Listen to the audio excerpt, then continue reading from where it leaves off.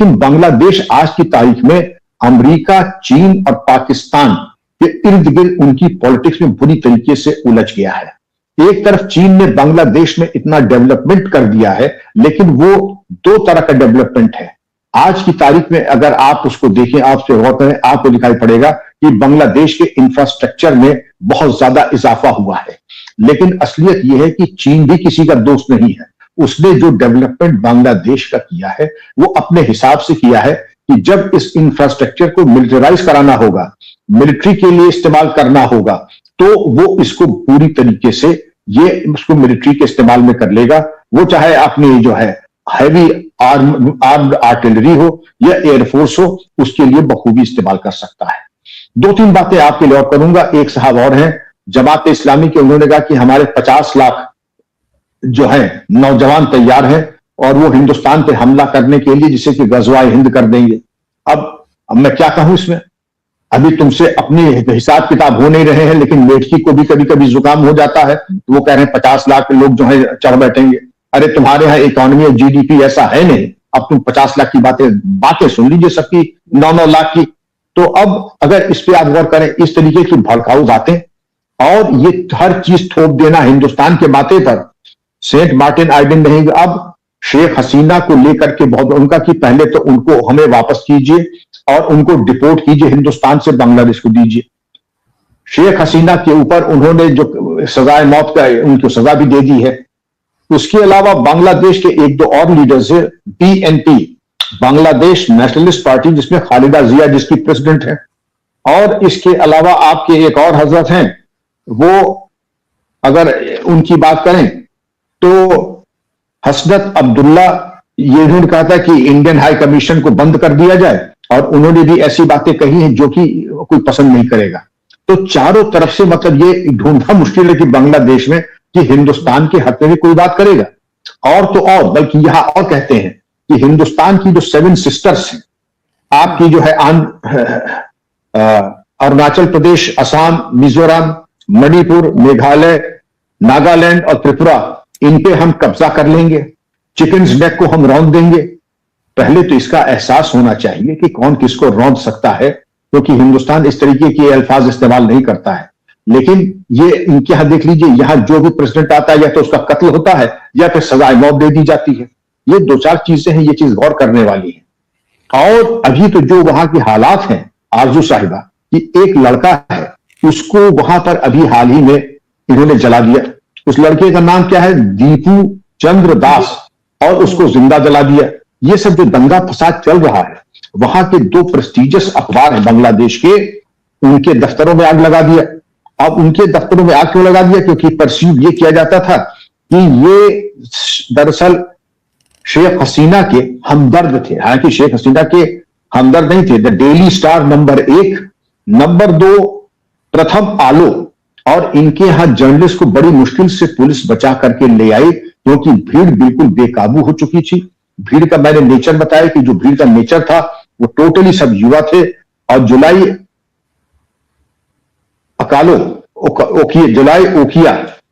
ओकिया की ये जो हुजूम था, तो ये सब चीजें जो घटनाक्रम हुआ, उसमें बांग्लादेश के हाई कमिश्नर को बुलाया गया, 20 मिनट की मीटिंग हुई और डिमार्श हैंड ओवर किया गया।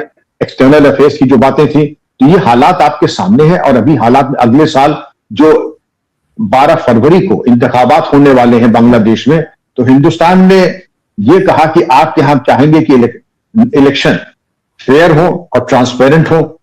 और ये हिंदुस्तान ने मशवरा दिया था 14 दिसंबर को।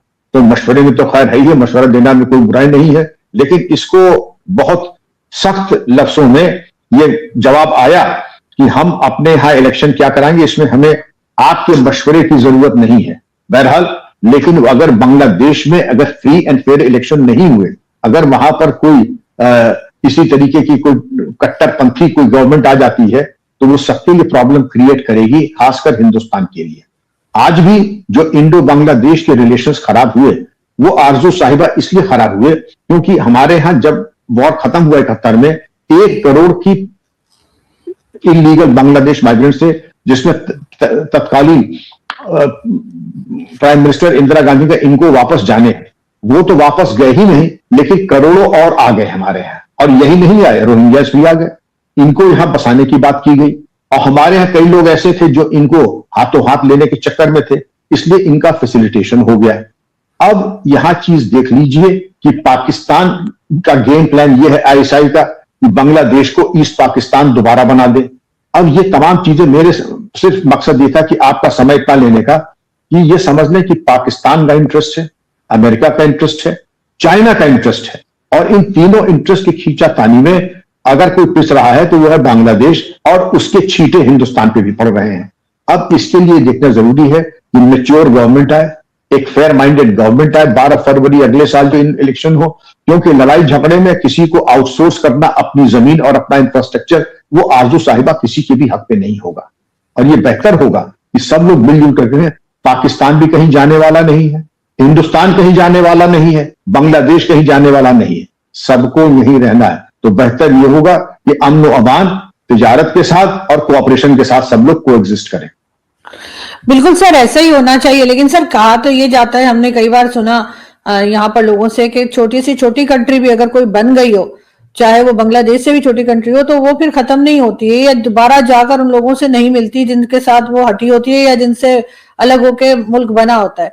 लेकिन सर अचानक से सिर्फ जो है शेख हसीना की हुकूमत हट जाने से इतना कुछ चेंज हो गया, जैसे कहते हैं मिनटों में बांग्लादेश में। उसकी क्या वजह आपको लगती है? क्या पहले से ये सोच अंदर थी या अब अचानक से क्या आईएसआई वाले ऐसा कौन से चीज उन्हें घोल के पिलाएंगे कि वो रातों रात उनका माइंडसेट चेंज हो जाए? इसलिए कि हम तो यहाँ पर मिसालें दिया करते थे कि जी बांग्लादेश की एजुकेशन सिस्टम की वहां पर ये कि जी बड़ा अच्छा चल रहा है, हमसे बेहतर जा रहे हैं, फिर अचानक से ये काया पलट कैसे हो गई?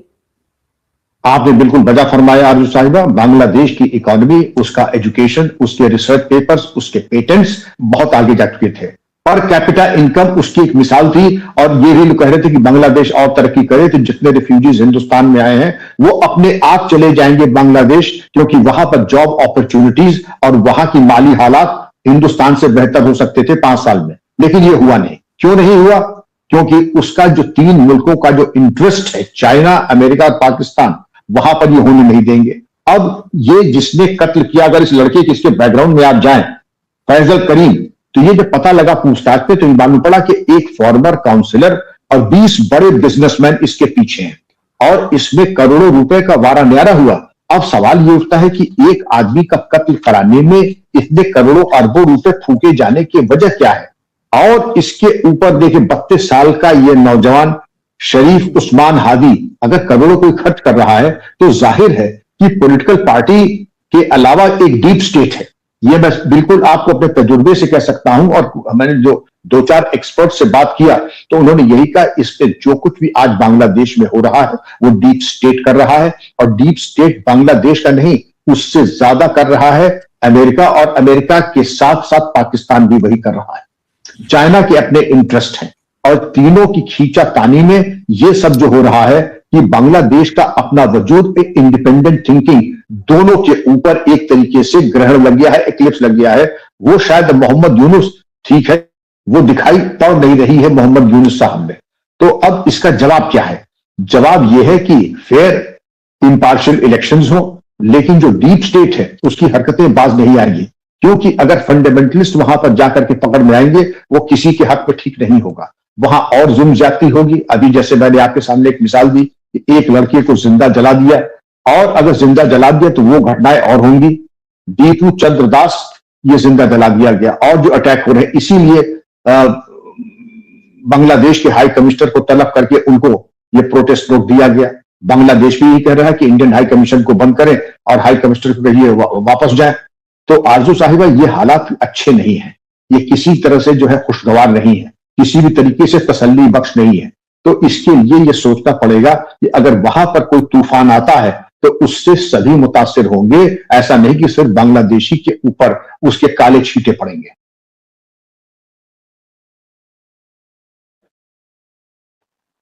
सर कई लोग ये भी कह रहे हैं, सर आप सुन पा रहे? सर कई लोग जो है वो सोशल मीडिया पे जो बात कर रहे हैं उनका ये भी कहना है कि भारत को चाहिए कि जितने भी बांग्लादेश के लोग मौजूद हैं भारत में उनको निकाल दिया जाए।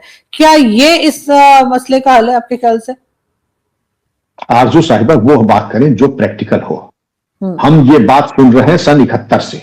आज सन 71 को ये हो गए 29 और 25। आप ये देख लीजिए, जमाना बीत गया, 2 जनरेशन निकल गए और हमने कितने बांग्लादेशी सिटीजन वापस कर पाए। पहले देखें, हम दावा कर रहे हैं उनको जाना चाहिए, हम ये कर सकते हैं, उनको डिफ्रेंचाइज कर दें, वोटिंग राइट्स और प्रॉपर्टी राइट्स खत्म कर दें, सरकारी जो इमदाद होती है वो बंद कर, ये तो हम कर सकते हैं। लेकिन कोई ये समझे कि 3 करोड़ 3.5 करोड़ लोगों को हम वापस भेज सके, और मुझसे ज्यादा खुश कोई नहीं होगा कि वो अपने हम वतन, वो अपने वतन वापस चले। नमस्कार, आपको ये वीडियो कैसा लगा? चैनल को लाइक, शेयर और सब्सक्राइब कीजिए और देखते रहिए पाक मीडिया डिबेट।